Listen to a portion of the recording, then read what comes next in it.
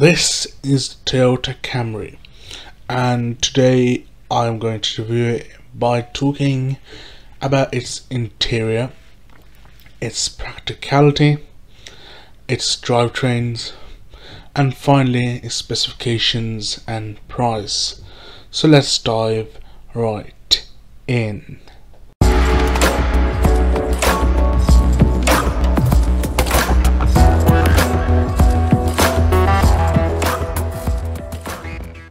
Now, firstly, let's start with the design of the Toyota Camry and a little background.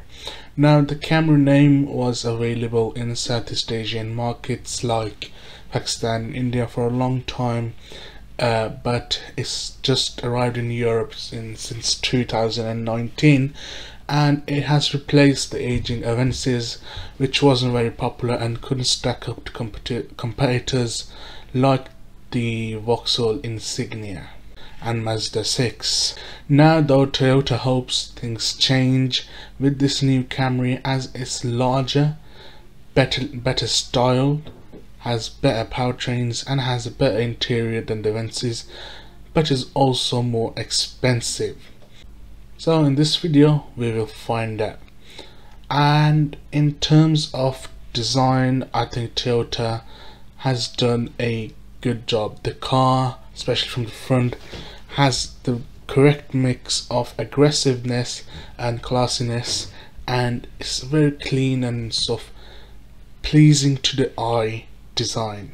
And at the side, this continues is nothing extraordinary. It's a normal simple saloon shape, but Toyota has added creases and lines to make it look more sort of muscular, athletic, and more pleasing to the eye.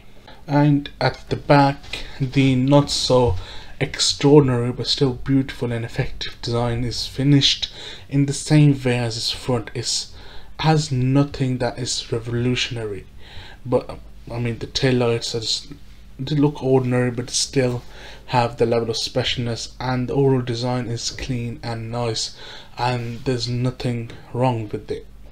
However, Toyota hasn't been able to continue the form of the design of the outside to the inside, as I think they have missed the plot here. I mean, they've tried to style the interior, unlike the Avensis, which was just bland. Have a look at it now.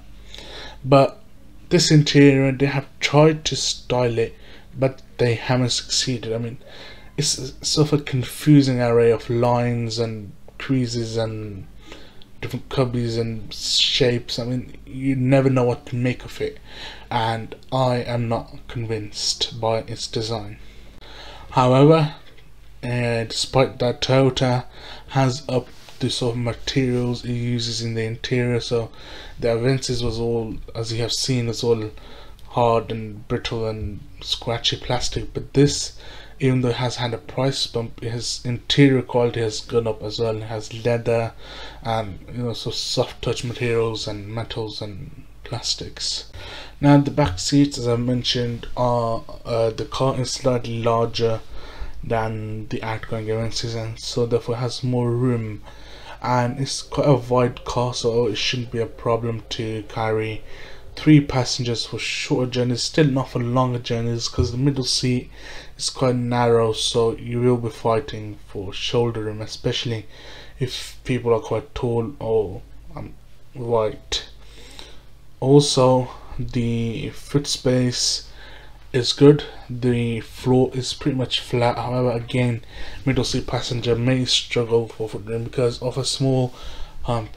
After all, this is an internal combustion engine car. Also here, let me clear up a point I made earlier.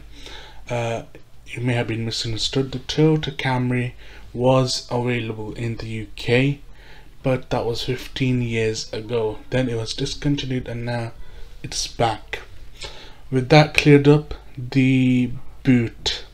Now Toyota Camry has a very large load area, especially for a hybrid car, at 524 liters. This is 34 liters more than an Insignia Grand Sport, but still 101 liters shy of the Skoda Superb, which is absolutely massive.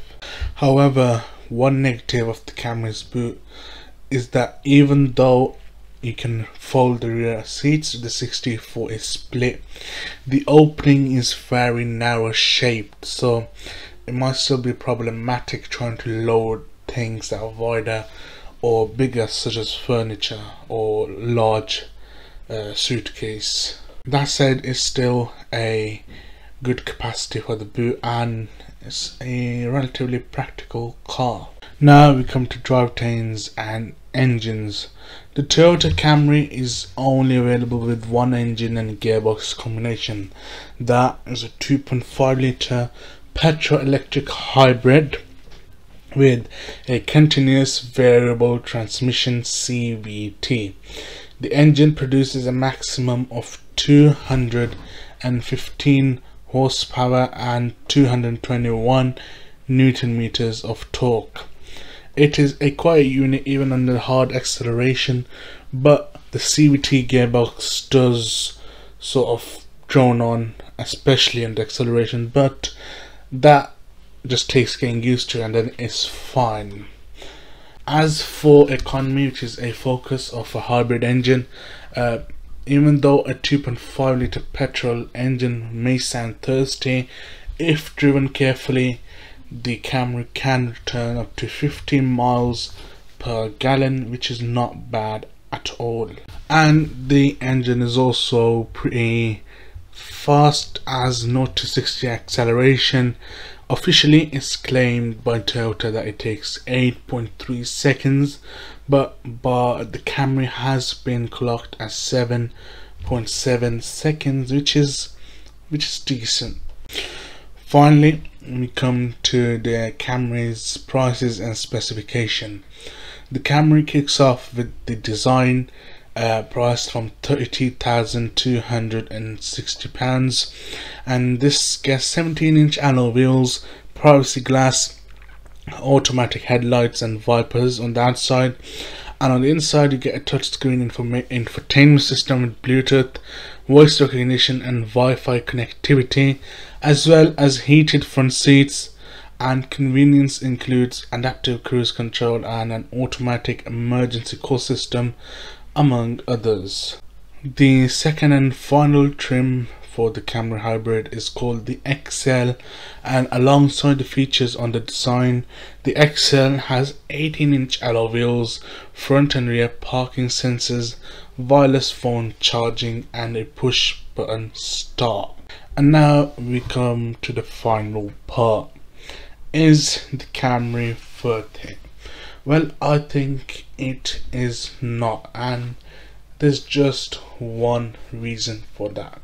See, its main competitors, Skoda Superb and the Mazda 6, both start from £24,000. They don't have hybrid systems, but still they are at least £8,000 cheaper. And if you save that much money when buying the car, you can use that for the fuel, if they use extra fuel, because the Camry, if you drive it very carefully, it will return 50 miles per gallon, but that's still very rare, so therefore I think it's not worth it to buy this car. Thank you for watching. Please don't forget to like, subscribe and share.